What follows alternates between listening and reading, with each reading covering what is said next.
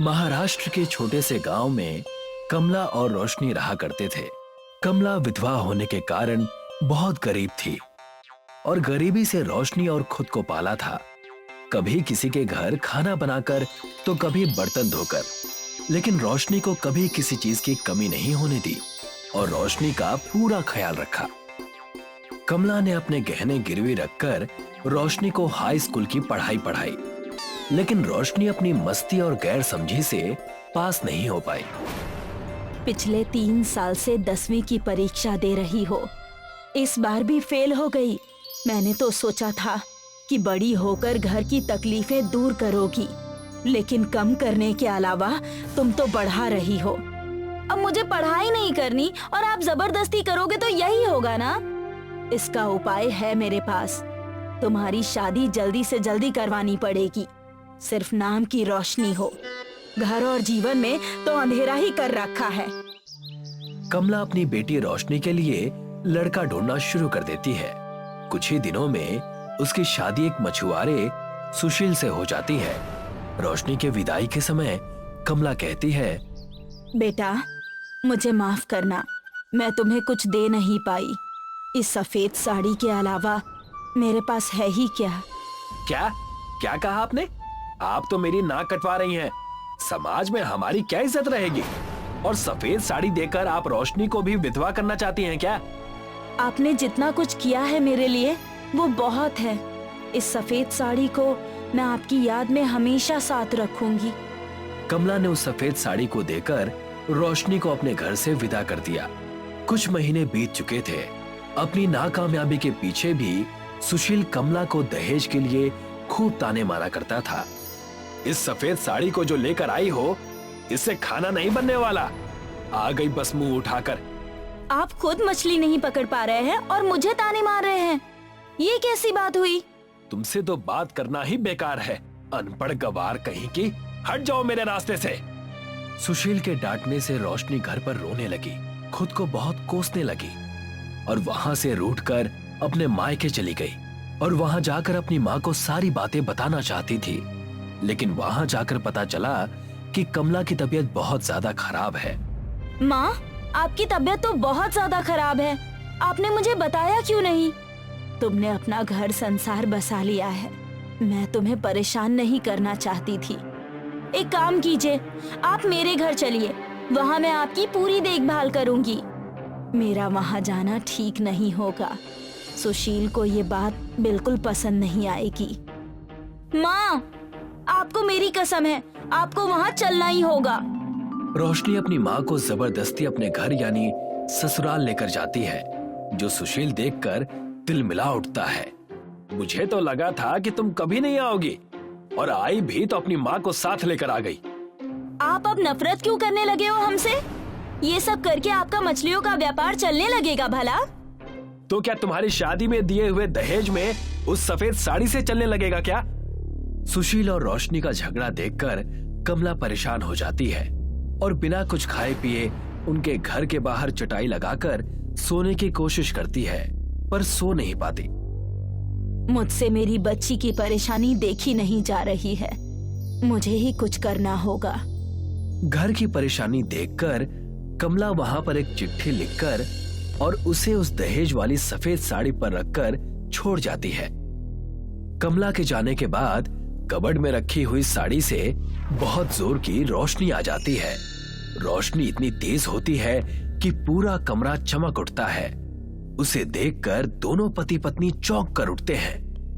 ये रोशनी उस कबर्ड से आ रही है। वहां तुमने क्या रखा था? वहाँ पर तो खास कुछ भी नहीं है। रुकिए, मैं वहाँ जाकर देखती हूँ। नहीं, तुम नहीं, मैं जाकर देखता हूँ।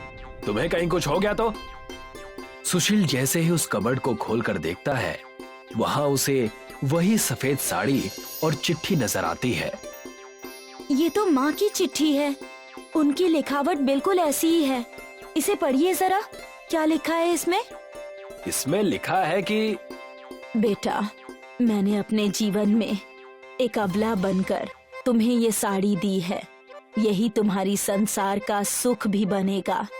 जिंदगी भर लोगों ने मुझे इस सफेद साड़ी की वजह से बहुत ताने मारे हैं, लेकिन मैं तुम्हारे जीवन में कोई भी दुख नहीं आने दूंगी। तुम जब भी इस सफेद साड़ी पर पानी और सिंदूर से लिखकर कुछ भी मांगोगे तो ये साड़ी तुम्हें वो दे देगी। मेरी फिक्र मत करना। मैं पूरे 1 साल बाद तीर्थ यात्रा करके आऊंगी, लेकिन एक बात याद रहे, एक बार लिखा हुआ सिंदूर मिटेगा नहीं और इस सफेद साड़ी पर रंग चढ़ता जाएगा, उतनी ही इसकी दिव्य शक्तियां कम होती जाएंगी। आपके तानों ने मुझसे मेरी माँ को दूर कर दिया और आपको शर्म भी नहीं आ रही है? मुझसे बहुत बड़ी गलती हो गई, मुझे माफ कर दो। लेकिन हमें इस जादुई साड़ी का एक बार तो उपयोग करना ही चाहिए। तुम्हारी माँ दोबारा लौटकर सुरक्षित आ जाएंगी। सुबह होते ही सुशील ने जादुई सफेद साड़ी निकाली और उसमें सिंदूर से लिखा अपने मछुआरे के व्यापार के बारे में, और अपनी नाव लेकर वो समुद्र में चला गया। जैसे ही सुशील नाव लेकर समुद्र में उतरा, सारी मछलियां अपने आप जाल में फंसने लगी। ये सब देखकर सुशील अपने आंखों पर भरोसा ही नहीं कर पा रहा था। इतनी सारी मछलियां, ये जरूर उस जादुई सफेद साड़ी का कमाल है। मैं जिन्हें हमेशा कोसता रहा, उन्होंने मेरा घर बसा दिया। सुशील सारे दिन के कारनामे घर जाकर रोशनी से बताता है। तब रोशनी कहती है, ये सब मेरी माँ की ममता और उनके पुण्य का कमाल है। वो जब तीर्थ यात्रा करके वापस आएंगी तो हमें इस तरह से खुश देखकर वो भी बहुत खुश हो जाएंगी। अब हम इस तरीके से बिल्कुल नहीं रहेंगे, अच्छा और कामयाब जीवन जिएंगे। जब भी सुशील और रोशनी को किसी भी चीज की जरूरत पड़ती, वो तुरंत ही माँ की सफेद साड़ी पर सिंदूर से लिखकर उसे हासिल कर लेते। देखते ही देखते 1 साल बीत चुके थे। अब सुशील बहुत बड़ा मछलियों का व्यापारी बन चुका था। बड़ा सा घर और बड़ी गाड़ियां सुशील के घर के बाहर खड़ी रहती थी। अब इस साड़ी में कोई जगह ही नहीं बची कुछ लिखने की, वरना मैं और मालामाल हो जाता।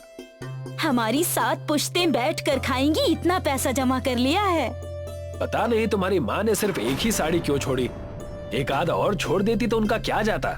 पूरी की पूरी जादुई साड़ी सिंदूर से लाल हो चुकी है। सुशील और रोशनी बातें कर ही रहे थे कि वहां पर रोशनी की माँ तीर्थ करके वापस आ गई। आते ही उन्होंने बड़ा सा घर और बड़ी गाड़ियां देखी।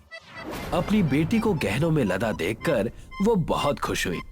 अपनी माँ को देखकर रोशनी के पास गई और कहने लगी, माँ, मैंने आपका कितना इंतजार किया। हम पर इतना बड़ा उपकार करके आप कहाँ चली गई थी? प्रणाम माँ, मैं आपका किन शब्दों में शुक्रिया अदा करूं, मुझे समझ नहीं आ रहा। आप बैठ जाइए, थक चुकी होंगी। मैं बिल्कुल ठीक हूँ। तुम दोनों को खुश देखकर मेरा मन बहुत खुश हो गया है। ये लो मेरी तीर्थ यात्रा का प्रसाद। लेकिन सुशील के मन के लालच ने एक सवाल पूछ ही लिया, क्या आप हमें एक और जादुई सफेद साड़ी नहीं दे सकती हैं? हमारी कुछ मांगे और भी हैं। मुझे अच्छे से पता था बेटा, तुम ये बात जरूर कहोगे। पिछली सफेद साड़ी पूरी लाल हो चुकी है, ये बात भी मुझे पता है। जैसे ही सुशील और रोशनी ने ये बात सुनी, दोनों दंग रह गए और कहने लगे, माँ, आपको ये बात कैसे पता कि साड़ी लाल हो गई है? जितनी बार तुमने उस साड़ी पर सिंदूर से कुछ लिखा, उतनी बार मुझे तीर्थ यात्रा करते वक्त तकलीफें हुई। तकलीफें यानी? हम कुछ समझे नहीं। जब भी तुम सिंदूर से मेरी साड़ी पर कुछ मांगा करते, उतने ही कोड़े मुझ पर बरसते थे। पाँव में छाले आने लगे थे, खाना नहीं मिलने लगा। पिछले 1 साल मैंने बहुत कुछ झेला है तीर्थ करते समय। पिछले कुछ दिनों से सब अच्छा था। तब मैं समझ गई कि साड़ी पूरी तरह से लाल हो चुकी है और अब तुम मुझसे कुछ नहीं मांग सकते। सुशील और रोशनी दोनों कमला की बातें सुनकर रोने लगे। हमें माफ कर देना माँ जी, हमसे बहुत बड़ी गलती हो गई है। हम आपको अब खुश रखने में कोई कसर नहीं छोड़ेंगे माँ। आपकी सेवा करना ही हमारा धर्म होगा आपसे। रोशनी और सुशील कमला की खूब सेवा करने लगे और उनका ख्याल दोनों बहुत अच्छे से रखने लगे। कमला उनके साथ खुशी खुशी रहने लगी और अपना जीवन उनके नाम बिताने लगी।